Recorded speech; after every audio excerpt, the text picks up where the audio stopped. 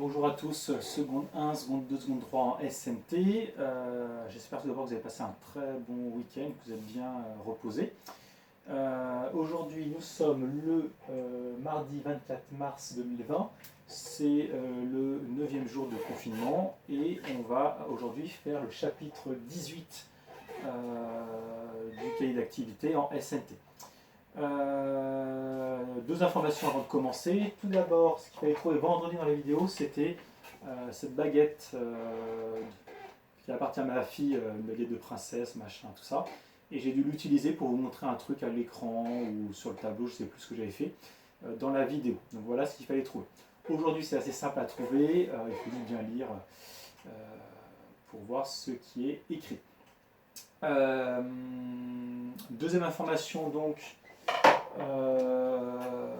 comme je l'ai vu avec les délégués, jeudi après-midi, donc demain il y aura encore une vidéo. D'ailleurs, ce qu'on fait aujourd'hui, c'est au programme de jeudi. Jeudi après-midi, donc jeudi pas de vidéo, vous aurez un travail à faire en un temps limité, un DMTL que j'appelle un devoir à la maison en temps limité, 14-17 heures. Donc 14 heures, je vais mettre les fichiers en ligne sur École Directe et je les envoie en même temps aux délégués qui peuvent transférer. Vous avez 3 heures pour faire un travail qui, si je vous l'avais donné avec moi en classe, aurait duré peut-être 1 heure, peut-être une demi-heure, enfin maximum 1 heure. Sachant qu'il y a un petit travail à faire sur ordinateur, enfin PC fixe, PC portable, voir avec tablette si ça peut marcher ou pas, mais c'est peut-être moins facile. Dont un exercice sur Excel ou LibreOffice Calc ou OpenOffice Calc, je ne sais pas si ça s'appelle comme ça, enfin un tableur, et une connexion Internet. D'accord, donc il y aura un petit travail à faire en ligne. Et il faut me rendre tous les fichiers avant 17 h par mail, m.fontaine@leschartreux.net. Attention, respectez bien le délai, parce que j'en tiendrai compte, bien entendu, si je dois évaluer. Et c'est fort probable que je le fasse. Donc deux informations avant. Donc pour l'instant, École Directe ne marche pas. Il y a une mise à jour sur les serveurs. Ce sera rétabli très prochainement, donc ne vous inquiétez pas. Et si je dis c'est pas rétabli, soit je décale, soit je parce que par les délégués, ça on verra en temps et en heure. Pour l'évaluation de jeudi, vous avez 3 possibilités. Première possibilité, vous écrivez directement sur le sujet qui est au format .doc, vous enregistrez le fichier et vous me le renvoyez. Si vous faites comme ça, il n'y a aucun problème. Deuxième possibilité, vous imprimez le sujet, vous écrivez à la main dessus, et après vous me renvoyez le tout, soit en scannant, soit en prenant une photo de bonne qualité, hein, attention, et vous me renvoyez le tout par mail, comme je l'ai dit auparavant. Troisième solution, vous n'avez pas d'imprimante, vous écrivez sur une feuille blanche, exercice 1, question 1, vous écrivez les réponses et vous me le renvoyez comme ça. D'accord ? Donc voilà les 3 possibilités qui vous sont offertes. Je crois que j'ai tout dit. S'il y a des questions avant jeudi, n'hésitez pas d'ici là. Voilà. Donc le chapitre d'aujourd'hui, le programme de jeudi. Donc c'est parti pour ce chapitre-là.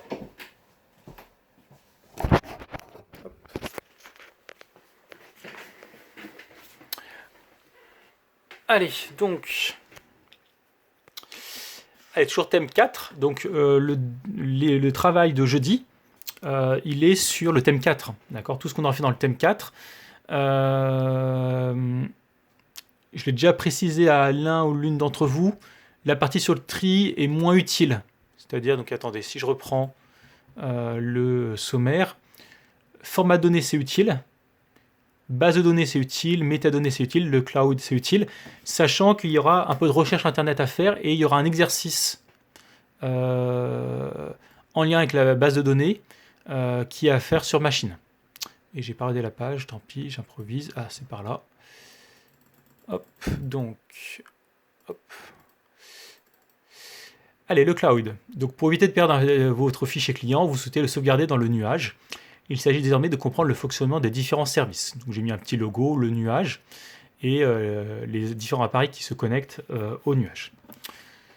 Donc le cloud, ça permet l'accès en ligne à des applications, un espace de stockage et d'autres ressources. Les données, au lieu d'être conservées sur des disques durs, HDD, clé USB ou carte mémoire sont alors accessibles par Internet.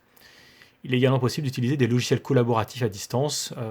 Je pense notamment, École Direct, c'est quelque chose de collaboratif à distance, mais il y a aussi tout ce qui est outils Google et Microsoft qui a pas mal développé tout ce qui est outils collaboratifs à distance.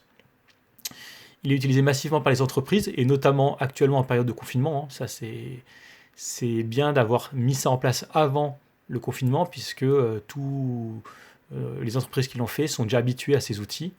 Et dans une moindre mesure par les particuliers. Moi, personnellement, je ne l'utilise pas énormément. Enfin, je l'utilise beaucoup pour le stockage.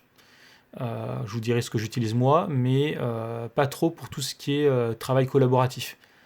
Dans l'équipe de profs de physique-chimie de SNT, quand on a un desk commun à faire, on se l'envoie par mail en pièce jointe, tout simplement. C'est pas un travail vraiment collaboratif. Allez, citer 3 bénéfices du stockage dans le nuage. Donc ça, au fur et à mesure, vous mettez pause, vous recherchez les informations et vous répondez. Moi, je fais tout en direct. Donc, premier avantage, disponibilité sur toutes les machines. Je le fais chez moi, je peux l'avoir au Chartreux, sur mon téléphone, etc. Vous avez tous vu une fois, regarder un truc sur mon téléphone portable, sur ma tablette, etc. Récupérer des sujets de DS sur Dropbox. Donc voilà. Donc premier bénéfice, c'est grande disponibilité. Deuxième bénéfice, pas de perte de données. Un disque dur, ça peut planter, une clé USB, ça peut planter. Sur le cloud, bon, c'est déjà arrivé qu'il y ait des soucis, mais ça, il y a des systèmes de sauvegarde qui fait qu'il n'y a pas de perte de fichiers. Troisième bénéfice, si on paye, on a quasiment une place illimitée. Si on paye. Donc, comme si vous achetez un disque dur. Donc voilà. Il y a d'autres avantages, mais voilà les 3 qui me viennent à l'esprit tout de suite. 3 inconvénients. Premier inconvénient, si on n'a pas de connexion Internet, c'est compliqué. Mais bon, aujourd'hui, en 2020, ça pose pas trop de problèmes. Bon, je sais qu'il y en a certains d'entre vous qui sont actuellement à la campagne. C'est vrai que c'est un peu plus dur de se connecter à Internet. Deuxième inconvénient, c'est que parfois, pour avoir un peu de place, il faut payer. Donc, c'est le cas de Dropbox qui offre peu de place et qui force les gens à payer. Est-ce qu'il y a un troisième inconvénient? Troisième inconvénient, si on fait chez Google Drive, c'est-à-dire que nos données sont accessibles à Google. D'accord? Et tout le monde connaît Big Brother. Donc voilà 3 inconvénients qu'il faut connaître. Allez, le stockage dans le cloud. J'ai mis les 4 principaux. Moi, j'en utilise 2 sur les 4. J'utilise Google Drive pour tout ce qui est perso. Et j'utilise Dropbox pour tout ce qui est pro, c'est-à-dire côté prof. Tous mes données sont sur Dropbox. Microsoft OneDrive, j'ai jamais utilisé. Apple iCloud, j'ai jamais utilisé. Donc du coup, pour répondre à cette question-là, vous débrouillez, j'ai aucune idée. Et Apple iCloud également. Google Drive, volume d'espace gratuit, c'est 15 gigaoctets. Et je crois qu'en payant, on peut aller à 100 ou 1000 gigaoctets. Enfin, c'est presque infini. Je vais vous dire ça tout de suite. Où est-ce qu'il est mon drive de Google? Il est par là. Donc, hop.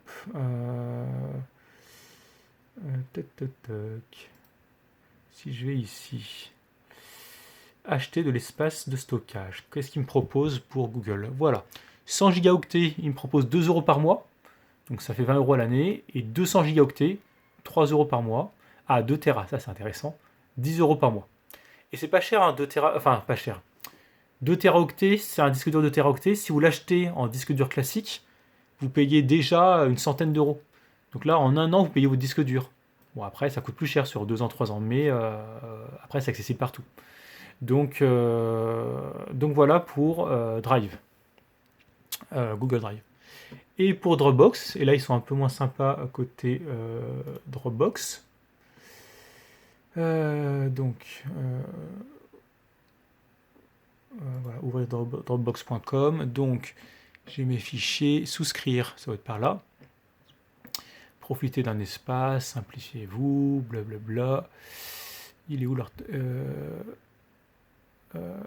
passer à forfait Dropbox supérieur, voyons voir.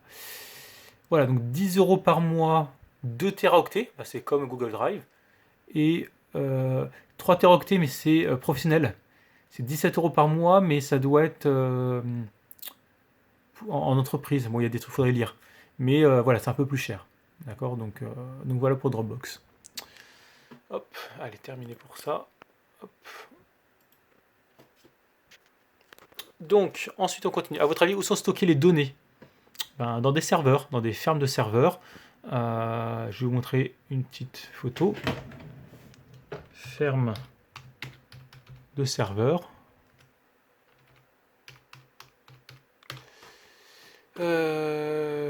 Image. Hop, voilà, quelques fermes de serveurs. Voilà. Celle-là, par exemple, elle est claire. Donc voilà. Et quels seraient vos critères pour choisir un stockage en ligne? Moi, c'était 1, la gratuité, 2, la taille, 3, la réputation. Dropbox était réputé, c'est les premiers à avoir fait ça, et puis ils ont été copiés par ceux du GAFAM, parce que Microsoft c'est le M, mais Dropbox c'était les leaders, c'était le premier à le proposer, et c'est vraiment un des plus fiables. Donc là, la question 30, c'est un peu à vous de choisir. Grand 3, consommation de données. Donc les data centers sont des véritables gouffres énergétiques et une catastrophe écologique pour la planète. Bon, depuis l'avènement du coronavirus, on ne parle plus trop d'écologie, quoique si un peu, avec la Chine qui pollue moins et tout ça. En 2017, l'écosystème numérique, donc tout ce qui est Internet Web, 7% de la consommation mondiale d'électricité.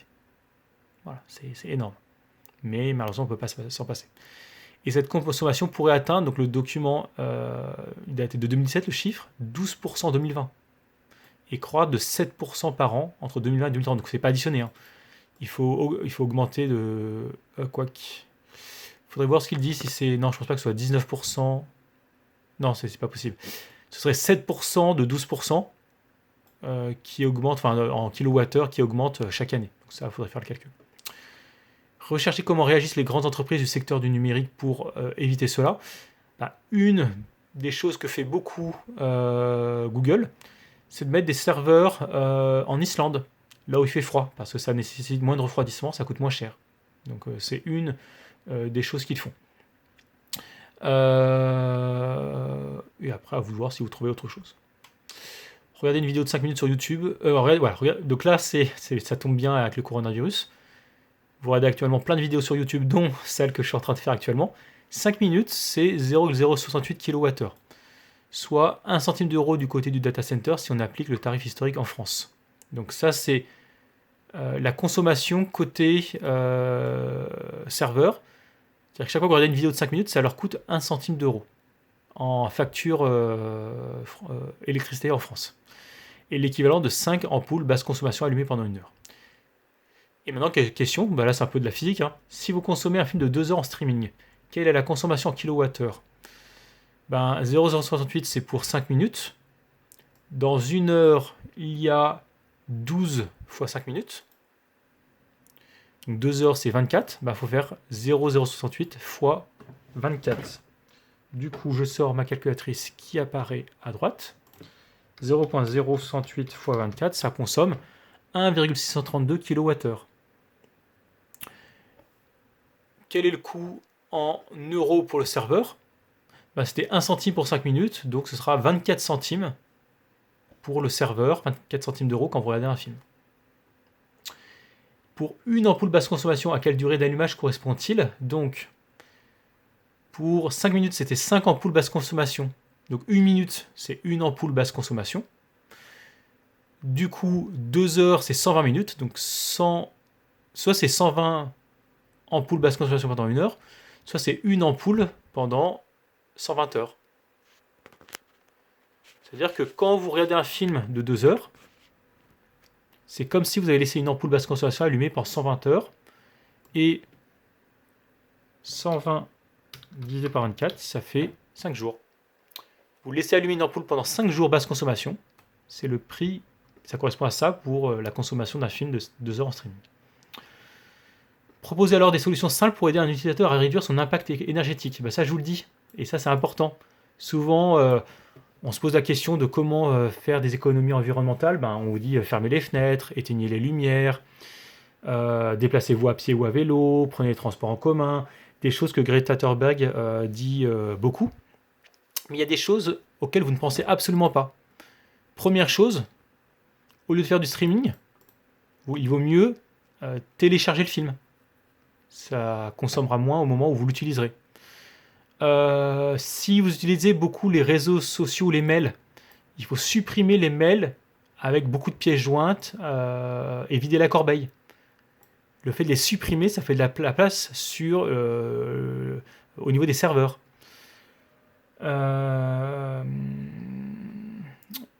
Qu'est-ce qu'on pourrait dire d'autre? Quand vous partez en vacances, éteignez les box. C'était il y a 10 ans, ça a peut-être réduit. Une box internet, donc Orange Box, B-Box, SFR Box et compagnie, ça consomme, vous payez 30 € à l'année en électricité.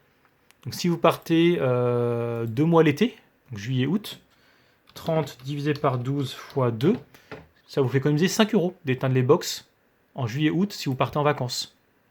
Donc c'est pas grand-chose, mais un, ça vous fait des économies de votre côté, et deux, ça fait de l'énergie qui n'est pas consommée inutilement. Ça, il faut y penser. Donc voilà. Je vous ai mis un petit graphique, le top 30 des applications. Donc on reconnaît Gmail, on reconnaît WhatsApp, on reconnaît Yahoo Messenger, Facebook. Qu'est-ce qui consomme le plus? Twitter, ça consomme énormément. Chrome, ça consomme. Celle qui consomme le moins, WhatsApp, ça consomme pas trop. Voilà, par exemple. Gmail, ça consomme pas trop. Maps, ça consomme pas trop. Messenger, ça consomme pas trop. YouTube, ça consomme pas trop. Quand c'est allumé, sans être... utilisé. D'accord, donc voilà. Voilà, donc j'espère que cette notion sur le cloud est claire. Je rappelle que jeudi, 14-17h, une évaluation sur le thème 4, enfin un devoir à la maison en temps limité. Et donc voilà. Allez, bon courage à tous et je vous retrouve donc demain pour attaquer le thème numéro 5. On va parler de cartographie et localisation de tout ce qui est GPS. À demain.